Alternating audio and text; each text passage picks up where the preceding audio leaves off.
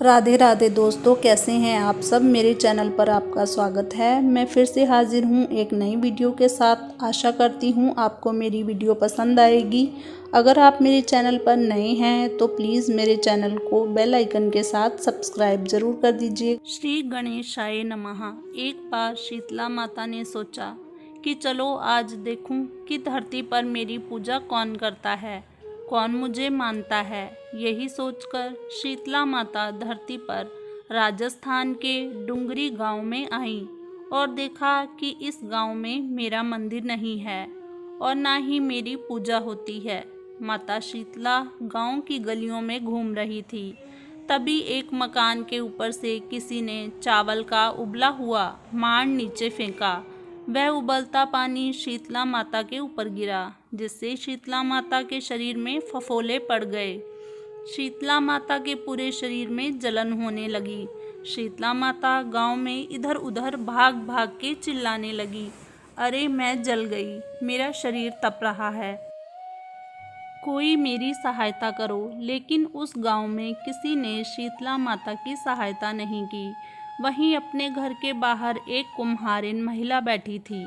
उस कुम्हारिन ने देखा कि अरे यह बूढ़ी माई तो बहुत जल गई है, इसके पूरे शरीर में तपन है, इसके पूरे शरीर में फफोले पड़ गए हैं, यह तपन सहन नहीं कर पा रही है। तब उस कुम्हारिन ने कहा, हे माँ, तू यहाँ आकर बैठ जा, मैं तेरे शरीर के ऊपर ठंडा पानी डालती हूँ। कुम्हारिन ने उस बूढ़ी माई पर खूब ठंडा पानी डाला और बोली, हे माँ, मेरे घर में रात की बनी हुई राबड़ी रखी है, थोड़ा दही भी है, तू दही राबड़ी खा ले। जब बूढ़ी माई ने ठंडी ज्वार के आटे की राबड़ी और दही खाया तो उसके शरीर को ठंडक मिली। तब उस कुम्हारिन ने कहा, आ माँ बैठ जा, तेरे सिर के बाल बहुत बिखरे हैं, ला मैं तेरी चोटी गूंथ देती हूँ। और कुम्हारिन माई की चोटी गूंथने हेतु कंघी बालों में करती रही। अचानक कुम्हारिन की नज़र उस बूढ़ी माई के सिर के पीछे पड़ी तो कुम्हारिन ने देखा कि एक आंख बालों के अंदर छुपी है। यह देखकर वह कुम्हारिन डर के मारे भागने लगी।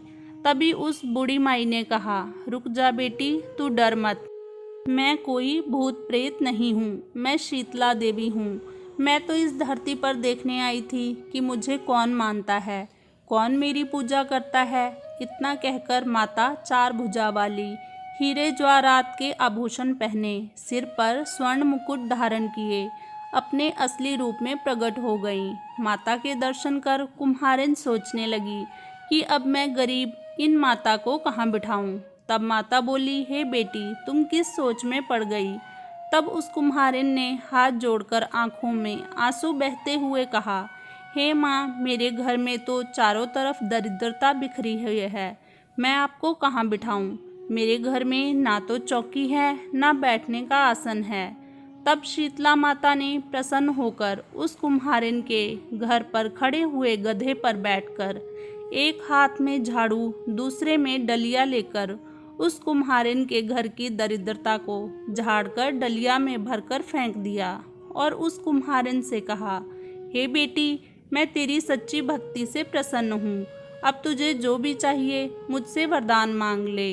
तब कुम्हारिन ने हाथ जोड़कर कहा, हे माता, मेरी इच्छा है अब आप इसी डुंगरी गांव में स्थापित होकर यहीं निवास करें और जिस प्रकार आपने मेरे घर की दरिद्रता को अपनी झाड़ू से साफ कर दिया, ऐसे ही आपको जो भक्त होली के बाद की सप्तमी को भक्ति भाव से पूजा कर अष्टमी के दिन आपको ठंडा जल, दही व बासी ठंडा भोजन चढ़ाए, उसके घर की दरिद्रता को दूर करना एवं आपकी पूजा करने वाली महिला का अखंड सुहाग रखना, उसकी गोद हमेशा भरी रहे। साथ ही जो पुरुष शीतला अष्टमी को नाई के यहाँ बाल ना कटवाए, धोबी को कपड़े धुलने ना दें और पुरुष भी आप पर ठंडा जल चढ़ाकर, नारियल फूल चढ़ाकर परिवार सहित ठंडा बासी भोजन करे, उसके काम धंधे व्यापार में कभी दरिद्रता ना आए।